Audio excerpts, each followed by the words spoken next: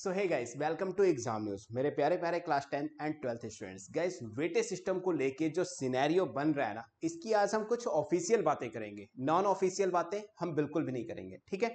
तो यहाँ पर टोटल हमारे पास 3 सिनेरियो निकल कर आ रहे हैं। फर्स्ट 30-70 और 70-30 को मैं एक साथ कंसिडर कर रहा हूँ, and 50-50 and best of either term.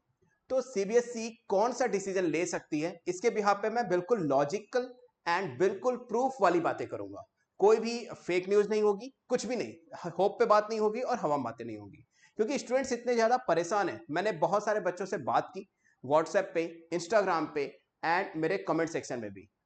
इतना ज्यादा परेशान है, कुछ नर्वस हैं एंड कुछ बहुत ज्यादा प्रॉब्लम फेस कर रहे हैं। तो मैंने सोचा क्यों ना विद प्रूफ एक वीडियो बनाया जाए जो तुम लोगों की हेल्प करे, तुम लोगों को खुद समझने में कि वेटेज सिस्टम, किस वेटेज सिस्टम के चांसेस बहुत ज्यादा है गाइस। तो चलो स्टार्ट करते हैं वीडियो। सबसे पहले चैनल को लाइक, शेयर एंड सब्सक्राइब जरूर कर लेना। बात करेंगे सर्कुलर के। 2021 में एक सर्कुलर आया हुआ था। यस, ये 2021 का सर्कुलर है एंड इसमें द 4 सिनेरियोस की बात की गई थी।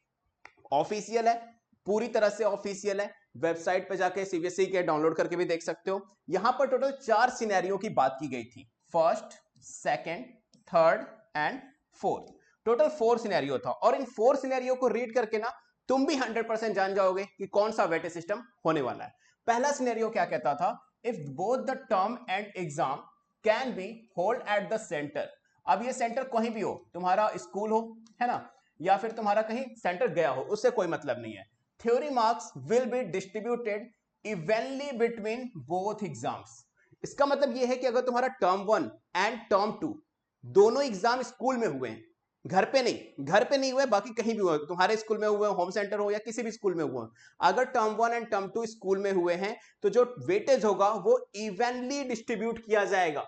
Evenly between both exams, even distribute किया जाएगा। यानी यहां के सिनेरियो के अकॉर्डिंग हमें यह पता चलता है कि जो हमारा वेटेज सिस्टम हो सकता है वो हो सकता है 50-50 का। बोलो, हो सकता है ना 50-50 का वेटेज सिस्टम? मैं इस चीज को एक बार क्लियरली लिख देता हूं यहां पे। Yes, weightage system first condition के अकॉर्डिंग 50-50 का हो रहा है। ठीक है, चलो क्लियर बात, ये बात समझ में आई। सेकंड वाले स्टेटमेंट में क्या लिखा हुआ है? सेकंड स्टेटमेंट को भी रीड करना गाइस बहुत जरूरी है। चलो देखते हैं सेकंड में क्या लिखा हुआ है। If school have to close at the time of term 1, अगर टर्म 1 एग्जाम के टाइम पे स्कूल तुम्हारा क्लोज हो जाता है and the students have to write the exam online और offline from their home. Online हो ऑफलाइन हो से कोई मतलब नहीं, ज्यादा मतलब नहीं। समझो ये कि अगर तुम्हारा टर्म 1 कोविड की वजह से बंद हो जाता है, नहीं हो पाता टर्म 1 का एग्जाम और वो तुम्हें घर पे देना पड़ रहा है, घर पे देना पड़ रहा है, बट टर्म 2 का exam can be held at the centre. और टर्म 2 का एग्जाम कहां पर हो रहा है? सेंटर पे हो रहा है। टर्म 1 का एग्जाम घर पे दिया, टर्म 2 का एग्जाम सेंटर पे दिया, तो इस केस में क्या होगा? The weightage of term 1 exam for the final score would be reduce. मतलब अगर तुमने अपना टर्म 1 अपने घर पे दिया है और अगर टर्म 2 तुमने सेंटर पे दिया है तो टर्म 2 का वेटेज ज्यादा होगा, टर्म 1 का वेटेज कम होगा। यानी मान सकते हैं यहां से बात निकल कर आई थी हमारी 70-30 वाली, बट ऐसा तो हुआ नहीं। तुमने टर्म 1 भी सेंटर पे दिया है एंड टर्म 2 भी सेंटर पे दिया है, तो ये सेकंड सिनेरियो मेरे ख्याल से सीबीएसई कंसीडर नहीं करेगी। बिल्कुल सही बात, समझ में आई। थर्ड लॉजिक पे आओ। If the if it is the other way of around term 1 exam are the hold at school. अच्छा, इसका ठीक अपोजिट हो जाए। अगर टर्म 1 का एग्जाम हमारा स्कूल में हो रहा है, ठीक है, अगर टर्म 1 का एग्जाम हमारा स्कूल में हो रहा है, स्कूल में यानी सेंटर पे, उस वो स्कूल और सेंटर एक चीज समझना, एंड टर्म 2 का एग्जाम तुमने घर पे दिया है ना, टर्म 2 का एग्जाम तुमने घर पे दिया, result would be based on the performance of the students on term 1 MCQs examination and the internal assessment. The weightage of the marks of the term 1 examination will be increased. यानी इस case में term 1 के marks increase होंगे और term 2 के marks increase होंगे, जो कि कंसीडर करता है हमारे 70-30 को। यस, ये किसे कंसीडर कर रहा है? 70-30 को। यानी 70-30 के अकॉर्डिंग ये भी हमारा कंसीडर नहीं होगा, क्योंकि तुमने टर्म 1 एंड टर्म 2 दोनों ही एग्जाम अपने स्कूल में और अपने सेंटर पे दिए हैं। ठीक है भाई, समझ में आई बात। अब आते हैं फोर्थ वाले पार्ट पे। फोर्थ वाला क्या कह रहा है? If neither of the exams can be hold on the school, अगर तुमने टर्म 1 एंड टर्म 2 दोनों ही स्कूल में नहीं दिए, दोनों ही तुमने घर पे दिए हैं या नहीं ही दिए हैं, है ना, the result will be computed on the basis of internal assessment. Yes guys, यहां पे तुम्हारा जो रिजल्ट बनेगा वो इंटरनल असेसमेंट और प्लस स्कूल में जो परफॉर्मेंस है उसके बेसिस पे दिया जाएगा, यानी कि ये भी हमारा कंसीडर नहीं हो रहा है। बात यहां पर सिर्फ दो चीजें निकल कर आ रही है, कौन कौन सी? एक तो ये हो सकता है 50-50 हो, और एक चांसेस है कि बेस्ट ऑफ आइदर टर्म भी हो सकता है, क्योंकि स्टूडेंट्स ने डिमांड की है।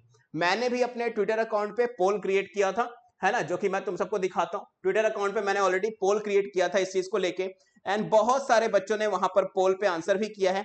Just let me show you कि कितना ज्यादा पोल क्रिएट किया था, कितने बच्चों ने पोल पे सही आंसर भी दिया है कि ये उन्हें क्या चाहिए, बेस्ट ऑफ आइदर टर्म चाहिए या फिर 50-50 चाहिए गाइस। उस चीज को भी हम कंसीडर करेंगे, बिल्कुल हम डिनाई नहीं कर सकते उस चीज को। ओके गाइस, तो यस, आई होप वो बहुत नीचे चला गया है। यस गाइस, ये रहा, देखो टोटल हमारे पास 421 वोट्स आए थे, है ना, 421 वोट्स आए थे, जिसमें से 96% बच्चों ने क्या बोला था, best of either term, and 3% बच्चों ने बोला था 50-50। मैंने 30-70 और 70-30 को कंसीडर नहीं किया था, क्योंकि ऑलरेडी सीबीएसई ने उसको डिनाई कर दिया है।